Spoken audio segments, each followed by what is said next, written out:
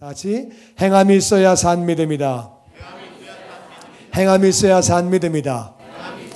저는 지난주에 회개에 합당한 열매를 맺어야 한다고 그랬어요. 진짜 회개한 사람은 열매가 있어야 한다. 그 열매가 뭐냐? 그게 바로 산 믿음이에요. 산 믿음은 행함이 있어야 산 믿음이라고 성경은 말하고 있습니다. 야고보서 2장 14절 교독해서 읽어보지요. 내 형제들아, 만일 사람이 믿음이 있노라 하고 행함이 없으면 무슨 유익이 있으리요? 그 믿음이 능히 자기를 구원하겠느냐? 만일 형제나 자매가 헐벗고 일용할 양식이 없는데 같이 읽지요. 너희 중에 누구든지 그에게 이르되 평안히 가라, 덥게 하라, 배부르게 하라 하며 그 몸에 쓸 것을 주지 아니하면 무슨 유익이 있으리요?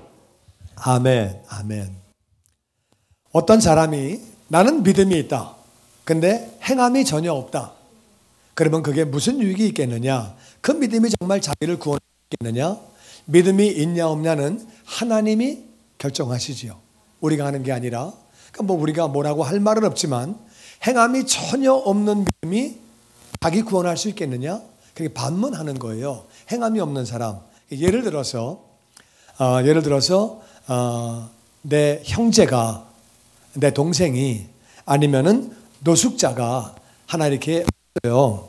지금 밖에 엄청 추운데 잠깐 걸어오는 것도 굉장히 추운데 노숙자는 얼마나 춥겠어요. 그러니까 아유 추운데 좀 몸을 좀 따뜻하게 하죠. 그리고 좀 배가 고르면은 더 춥거든요. 따뜻한 국물이라도 좀 드시고 좀 뜨뜻한 걸 드셔야죠. 말은 그렇게 하고 정말 그렇게 되기를 원하는데 라면 국물 하나 안 주고 컵라면 사 먹을 돈도 하나 안 주면서 말만 그렇게 하고 그냥 보내면 그게 무슨 의미가 있겠느냐. 마음은 진짜 그 사람 따뜻했으면 좋겠다. 마음은 진짜 아유 추위에 얼어 죽을 것 같은데 막 이러는데 행동은 한 개도 없으면 그게 그 추운 사람에게 무슨 도움이 되겠느냐. 아무런 도움이 안 되지 않느냐. 아무런 도움이 안 되겠지요. 예, 그렇듯이 내가 믿음이 있다고 하는 사람이 행동은 전혀 없으면 그 믿음이 그게 무슨 의미가 있겠느냐. 그거는 의미가 없다는 거예요. 이제 쉽게 표현할게요. 수도공사 하려고 이제 다 집집마다 공문이 왔어요. 공문이 와가지고 1월 예를 들어서 1월 28일부터 열흘간 수도물이 안 나옵니다. 공문이 다 왔어요. 공문 집집마다 다 오고 다 붙여놓고 다 그랬단 말이에요. 그런데 그걸 보고 나서 수도물이 이제 열흘 동안 안 나오네. 그걸 믿는 사람은 통을 사놓고 대야를 사놓고 다 이렇게 해가지고 물을 다 받겠죠. 물을 받든지 아니면은 열흘 동안 물이 안 나와. 그럼 어떻게 살아? 그럼 동생 집 가 있을까? 엄마 집 가 있을까? 이렇게 생각을 해가지고 무슨 대안을 마련해야지. 아무것도 행함이 없는 사람은 물이 안 나온다고 하는 것을 안 믿는 거지요. 진짜 물이 안 나오는 걸 믿으면은 뭔가를 해야 되겠죠. 이해가 되시죠? 그러니까 물이 안 나오는 걸 정말 믿으면 행동이 따라온다 그 말이에요. 그러니까 우리가 믿음이 있다 그러면은 행동이 따라와야 정상이라 그 말이에요. 믿으면 다 같이 믿으면 행동이 따라와야 한다. 그러니까 믿으면 행동이 따라온다는 거예요. 그래서 17절 말씀해 보면은 다 같이 읽어보죠. 17절 시작. 이와 같이 행함이 없는 믿음은 그 자체가 죽은 것이라. 행함이 없는 믿음은 그 자체가 죽었다는 말은 없다 그 말이죠. 죽은 거라는 거예요. 그리고 26절에 같이 읽어보죠. 시작. 영혼 없는 몸이 죽은 것 같이 행함이 없는 믿음은 죽은 것이니라. 영혼이 우리 몸을 떠나가면 그 몸은 죽은 거죠. 마찬가지로 행함이 없는 믿음은 그게 죽었다고 성경은 말하고 있습니다. 그러면 행함이 있는 것은 어떤 거냐? 믿음이 있을 때는 어떤 행동이 나타나느냐? 같이 한번 보기 원합니다. 요한복음 1장 40절에 교독해서 보죠. 요한의 말을 듣고 예수를 따르는 두 사람 중에 하나는 시몬 베드로의 형제 안드레라. 그가 먼저 자기의 형제 시몬을 찾아 말하되 우리가 메시아를 만났다 하고, 메시아는 번역하면 그리스도라. 같이 읽지요. 데리고 예수께로 오니 예수께서 보시고 이르시되 내가 요한의 아들 시몬이니 장차 게바라 하리라 하시니라. 게바는 번역하면 베드로라. 다 같이 세례 요한. 세례 요한에게는 제자가 있었는데 세례 요한이 제자들에게 말을 합니다. 저분이 메시아야. 저분이 구원자야. 하나님이 나에게 알게 해주셨어. 저분은 하나님의 아들이야. 봐라, 세상 죄를 지고 가는 하나님의 어린 양이다. 이렇게 얘기를 해준 거예요. 그래가지고 요한의 말을 듣고 예수님을 따르는 제자들이 있었어요. 그 중에 하나가 시몬 베드로의 형제 안드레였다. 그래가지고 이제 그들이 예수님을 따라가서 예수님 만나가지고 얘기를 하다 보니까 이분이 메시아구나, 이분이 하나님의 아들이구나, 이걸 깨닫게 됐어요. 그래가지고 그 다음에 그 안드레가 그가 다 같이 먼저, 그러니까 예수님을 만나자마자 제일 먼저 뭐를 했느냐, 자기 형제 시몬을 찾아가지고 말합니다. 우리가 메시아를 만났다. 메시아 번역하면 그리스도라. 메시아는 히브리 말이고 그리스도 말은 그리스 말 헬라 말인데 이것은 기름 부음을 받은 자. 기름 부음을 받았다는 말은 이스라엘에서는 왕이 기름 부음을 받고 예언자가 기름 부음을 받고 제사장이 기름 부음을 받아요. 그래서 기름 부음을 받았다는 말은 바로 이 메시아라고 하는 말은 이것은 예수님은 우리의 왕이 되시는 줄로 믿습니다. 그리고 예수님은 예언자가 되셔서 하나님의 말씀을 우리에게 대언해 주시는 분이고 우리의 죄를 짊어지고 하나님 앞에 우리의 죄를 용서를 구하는 분이죠. 그래서 그분이 바로 메시아라는 말은 우리의 구원자라 그 말이에요. 우리가 구원자를 만났다 얘기하는 거예요. 그런데 내가 먼저 이 안드레는 내가 구원자를 만나고 나서 보니까 제일 먼저 한 것은 그러면 베드로 어떻게 해? 나는 구원자 만났는데, 그러니까 제일 먼저 한 것은 사랑하는 자기 형제를 찾아가서 내가 메시아 만났어, 만나야지 그러면서 이렇게 주님께로 인도하는 모습이 나옵니다. 그러니까 정말 예수가 하나님의 아들이다, 예수가 하나님의 아들이고 그분이 구원자가 되신다, 예수님이 우리의 주님 되신다, 이 사실을 믿는 사람은 자기 가족들, 사랑하는 자들에게 예수님을 전하는 줄로 믿습니다. 진짜 믿은 사람은 전하는 거지. 내가 믿었는데도 안 전해. 나는 믿어. 난 예수님 구원자 맞아. 예수님 하나님의 아들 맞아. 나의 주님 맞아. 근데 진짜 아무에게도 안 전하고 있으면은 그게 진짜 믿은 건가? 그게 진짜 믿었으면 그럴 수가 있나? 그러니까 이 안드레는 믿자마자 제일 먼저 한 것이 자기 형제를 찾아가서 우리가 만났다고, 그리고 데리고 예수님께로 왔어요. 어떤 사람은요, 전하면은요 술술술 잘 따라와요. 얼마나 감사해요. 이 베드로는 그냥 그래 가보자 따라왔어요. 왔다가 다시 가긴 했지만은 술술술 잘 따라왔어요. 하여튼 쉽게 따라오는 사람이 있어요. 그래가지고 이제 예수님이 그렇게 베드로를 만나게 되는 그런 모습이 나오게 되지요. 바로 안드레가 믿은 사람이고 믿으면 그런 행동이 따라오는 거죠. 그 다음에 우리 연이어서 43절 말씀 계속 봅니다. 이튿날 예수께서 갈릴리로 나가려 하시다가 빌립을 만나 이르시되 나를 따르라 하시니, 빌립은 안드레와 베드로와 한 동네 벳사다 사람이라. 빌립이 나다나엘을 찾아 이르되 모세가 율법에 기록하였고 여러 선지자가 기록한 그 일을 우리가 만났으니 요셉의 아들 나사렛 예수니라. 나다나엘이 이르되 나사렛에서 무슨 선한 것이 날 수 있느냐. 빌립이 이르되 와서 보라 하니라. 아멘, 아멘. 바로 그 다음 날 이제 베드로가 예수님 만난 그 다음 날 예수님이 갈릴리로 나가려고 하시다가 빌립을 만나가지고 나를 따르라. 따라가지고 예수님 만나게 되죠. 여러분, 예수님을 만나면, 예수님과 대화를 나누면 예수님 누군지 알게 되는 거예요. 그러니까 빌립이 예수님을 따라가서 이분이 메시아구나, 이분이 구원자구나, 구약에 예언되어 있던 바로 이분이 그분이구나 깨닫게 되는 거예요. 그래서 빌립은 안드레와 베드로와 다 한 동네 벳세다 사람이었는데 빌립이 다 같이 나다나엘을 찾아 가장 친한 친구를 찾아가는 거예요. 친구를 찾아가서 모세가 율법에 기록하신 바로 그분, 율법에 기록하기를 The Prophet, 바로 그 예언자가 오신다, 메시아가 오신다, 그분이 오시면 너희는 그분의 말을 들으라고 모세가 기록했거든요. 그리고 여러 선지자가, 구약 전체가 다 예수님 얘기예요. 예수님이 오시면 어떤 분인지를 얘기했는데 여러 선지자가 기록한 바로 그분 메시아를 우리가 만났다. 그분은 바로 요셉의 아들 나사렛 예수라고 얘기를 했더니 나다나엘이 나사렛에서 무슨 선한 게 나와?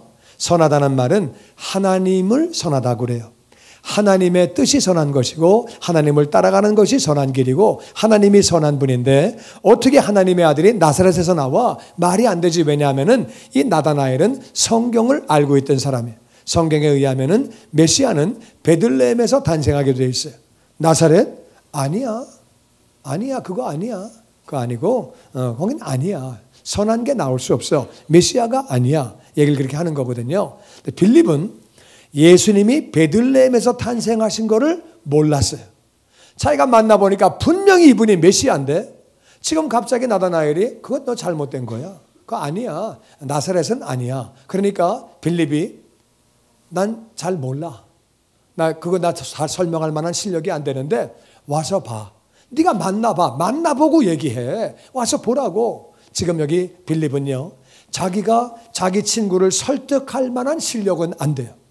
실력은 안 되지만 그래도 하여튼 와서 보라니까 그렇게 예수님을 전하는 모습 보게 됩니다. 우리가 때로는 부족하고 때로는 약하고 잘 알지 못해도 확실하게 예수님 만난 사람, 구원자를 만난 사람은 내가 잘 몰라도 전하다가 말이 막히기도 해요. 잘 모르기도 해. 나 잘 몰라. 그러니까 나 몰라. 그거 나한테 물어보지 마. 모르는데 하여튼 와서 만나봐. 와봐. 그렇게라도 예수님을 전하게 되는 줄로 믿습니다.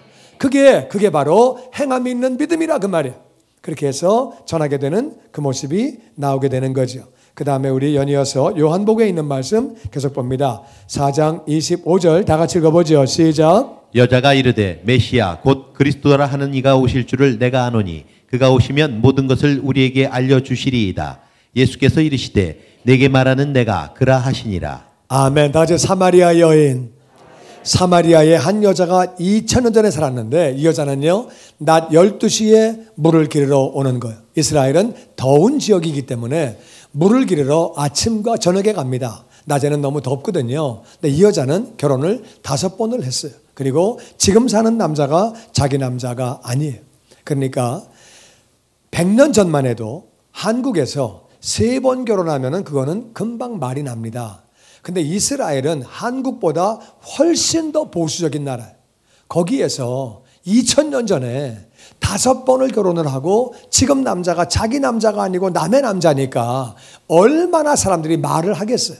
그러니까 시끄러운 것도 싫고 창피하기도 하고 자기 가지고 말하는 것도 싫고 그러니까 이 여자는 그렇게 이제 남이 없는 때에 물을 기르러 그렇게 갔는데 거기 갔더니 예수님이 거기 앉아 계신 거예요. 근데 예수님이 나 물 좀 한 잔 주세요. 말씀하시는 거예요. 그러니까 사마리아 여인이 아니 유대인 남자가 사마리아 여자에게 말을 겁니까? 유대인과 사마리아인은 너무 사이가 안 좋아요. 우리하고 일본하고 이제 그 옛날에 막 그런 사이 있었는데 그런 건 저리 가라 식으로 아주 너무 미워하고 말도 안 하고 아주 굉장히 다니지도 않고 그 지역으로 가지도 않고 돌아가고 하여튼 그런 굉장히 서로 안 좋은 사이거든요. 그러니까 유대인 남자가 사마리아 여자에게 말을 겁니까? 그러니까 예수님이 말씀하십니다. 내가 하나님의 선물이 어떤 건지를 알았더라면 너에게 말을 거는 그분이 어떤 사람인 줄을 알았더라면 내가 그분에게 생수를 구했을 것이다. 그러니까 이 여인이 아이고 두레박도 없어가지고 나한테 물 달라고 하는 주제에 생수를 준다고요? 줘보세요 한번. 나 그런 거 있으면 좀 줘보세요. 물 기르러 안 오게 한번 줘보세요. 그러니까 이 여인이 그러니까 예수님이 그러십니다. 그래 가서 네 남편을 좀 데리고 와라. 그러니까 남편이요? 나 그런 거 없어요. 그러니까 그래 네 말이 맞다. 너에게 5명의 남편이 있었는데 지금 남자가 네 남자가 아니다. 얼마나 깜짝 놀래요. 유대인은 이 지역에 들어오지도 않는데 어떻게 유대인이 나를 이렇게 정확하게 아냐? 이 여자가 너무 놀란 거예요. 그래가지고 내가 보니까 선지자시네요. 그럼 내가 궁금한 게 하나 있거든요. 질문이 있는데요. 당신들은 유대인들은 예루살렘에서 예배를 한다고 그럽니다. 우리 사마리아인들은 그림심산에서 예배를 한다고 그러는데 어느 장소가 맞습니까? 그림심산은 모세가 축복한 산이에요. 그리고 여호수아가 거기에서 하나님의 말씀을 선포하고 축복을 선포한 산이 그게 바로 그림심산이에요. 그러니까 여기서 예배를 한다고 그러는 당신들은 그렇게 예루살렘에 사는데 어떤 게 맞습니까? 그랬는데 그 당시 이제 유대인들은 이 산이 예루살렘 산이 바로 여기가 아브라함이 이삭을 바친 곳이다. 하나님이 원하시는 장소는 바로 여기 예루살렘이다. 그러니까 사마리아인들은 모세가 축복한 산은 여기야. 여호수아가 말씀 선포한 산은 여기야. 그러고 서로 자기네가 맞대는 거예요. 그러니까 어느 게 맞습니까? 물어보니까 그때 예수님 말씀하십니다. 하나님은 영이시다. 여기 저기 장소가 중요한 게 아니다. 신령과 진정으로 우리 영이 거듭나서 우리 영이 예배를 드리는 것이고 말씀을 가지고 예배를 하는 것이다. 설명을 해주는 거예요. 이 여자가 그러면서 그 설명을 듣습니다. 그리고 그렇게 이제 우리는 메시아를 기다리고 있는데 메시아가 오시면 그분이 모든 것을 설명해 주실 것을 우리는 압니다. 그랬더니 예수님이 내가 바로 메시아다.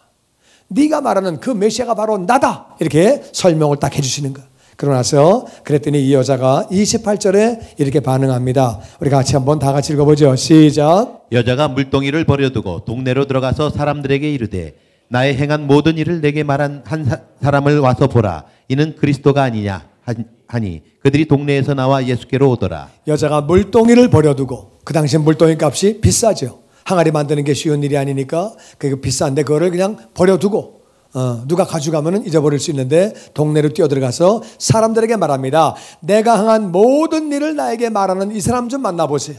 내 과거를 전부 알고 있는 사람, 유대인인데 내 과거를 다 알고 있습니다. 어떻게 그럴 수가 있습니까? 이 과거를 다 아는 사람, 나 알잖아요. 내 과거의 삶을, 이걸 전부 알고 있는 사람, 그리고 예배가 어떤 것인지 정확하게 말하는 이분을 좀 만나보세요. 와보세요. 만나보세요. 이분이 바로 그리스도가 아닙니까? 메시아가 아닙니까? 그랬더니 이 여자가 얼마나 떠드는지, 얼마나 얘기를 하는지, 그러니까 동네 사람들이 다 예수님께 나왔어요. 그들이 나중에 이렇게 말합니다. 사마리아 여인에게 우리는 맨 처음에 너를 통하여 이 사람이 메시아인 줄 우리가 알았다.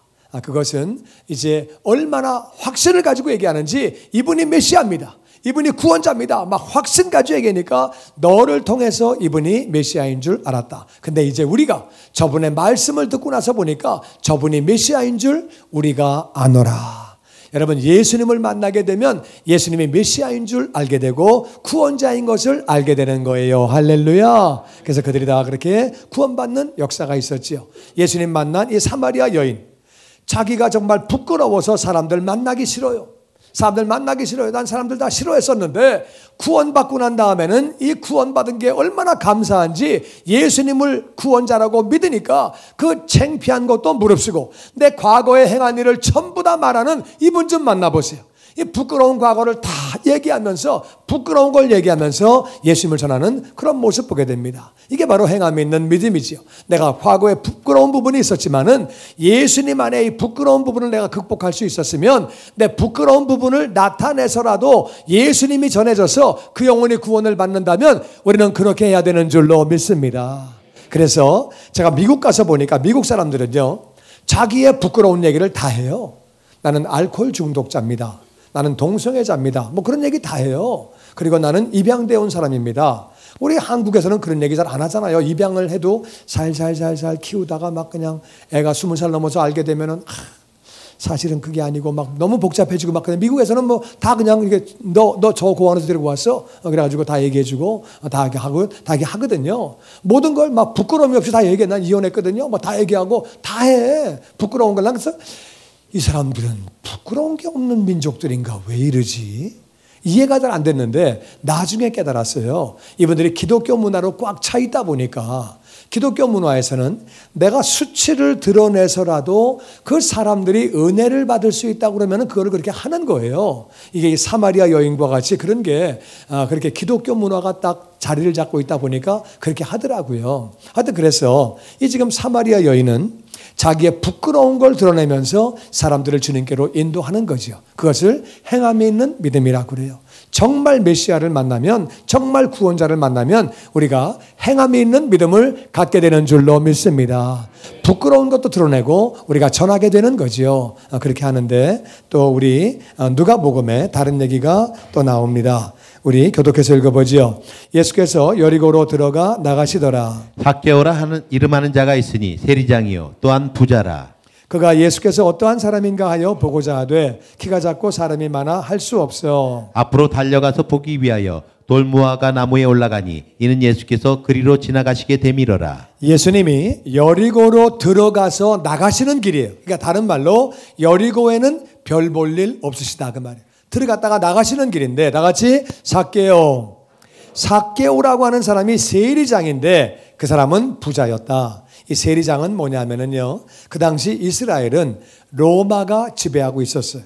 로마가 지배하고 있을 때 로마는 로마하고 이스라엘하고 감정이 부딪히면 안 되니까 돈은 빼가야 되겠는데 감정이 부딪히면 안 되니까 유대인들을 앞장 세워서 이스라엘 사람을 앞장 세워가지고 이 지역에서 이 동작구에서는 1년에 10억만 갖고 와.